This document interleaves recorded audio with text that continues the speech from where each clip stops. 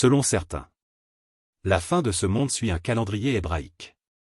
Cette idée s'appuie sur le fait que le livre de l'Apocalypse, Révélation, fait référence à plusieurs éléments liés au culte d'Israël. Les trompettes Apocalypse chapitre 8 à 11, l'arche de l'Alliance apparaissant dans le ciel Apocalypse chapitre 11 verset 19. Ainsi que d'autres symboles qui rappellent les fêtes instituées par Dieu dans la Torah. Dans cette perspective, les fêtes bibliques ne seraient pas seulement des commémorations pour Israël, mais également des repères prophétiques. Par exemple, le prophète Zacharie annonce qu'après le jour de l'Éternel, les nations monteront chaque année à Jérusalem pour célébrer la fête des tabernacles ou fête des huttes. Tous ceux qui resteront de toutes les nations venues contre Jérusalem monteront chaque année pour se prosterner devant le roi, l'Éternel des armées, et pour célébrer la fête des tabernacles. Zacharie chapitre 14 verset 16. Tous ces éléments peuvent être considérés comme des indices qui nous invitent à nous rapprocher du jour de Dieu. La Bible ressemble alors à une immense chasse au trésor spirituel. Les indices sont dispersés dans les différents livres. Et c'est aux croyants de les rapprocher avec humilité et discernement. Les Écritures montrent que Dieu invite son peuple à rechercher et à sonder sa parole.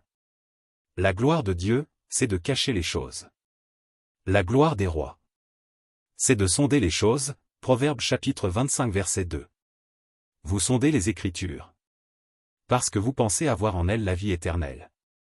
Ce sont elles qui rendent témoignage de moi. Jean chapitre 5 verset 39. Cette recherche est aussi une manière de démontrer notre amour pour Dieu. Jésus déclare: Tu aimeras le Seigneur, ton Dieu, de tout ton cœur, de toute ton âme et de toute ta pensée. Matthieu chapitre 22 verset 37.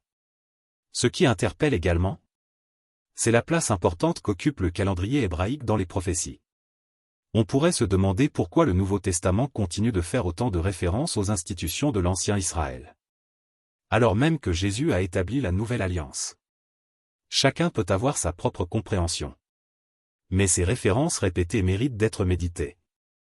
De plus, certains détails donnés par les prophètes semblent avoir une signification particulière. Zacharie écrit: Ce sera un jour unique, connu de l'Éternel. Il n'y aura ni jour ni nuit, mais vers le soir la lumière paraîtra. Zacharie chapitre 14 verset 7.